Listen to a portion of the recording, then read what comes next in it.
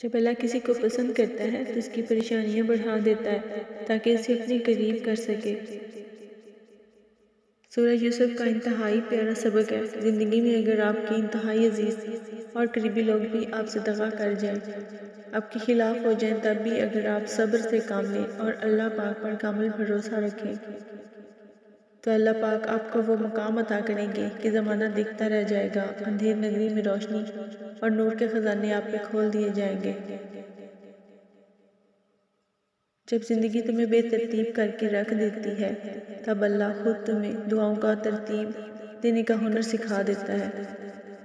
تم جب اس کی چاہت تک پہنچ جاؤ گے تب وہ تم تک تمہاری چاہت کو پہنچا دے گا۔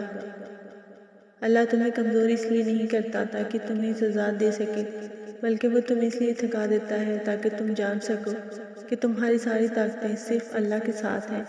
وہ تمہیں گرا کر ہی سنبھلنے کا ہنر سکھاتا ہے۔ تم خود دعا کے لیے ہاتھ بلند نہیں کرتے ہو، بلکہ جب اللہ کو تمہارا مانگنا پسند آ جاتا ہے اور جب وہ تمہاری چاہت میں راضی ہونا چاہتا ہے تو وہ تمہارے دل اور تمہارے ہاتھوں کو دعا کے لیے کبھی تھکنے نہیں دیتا۔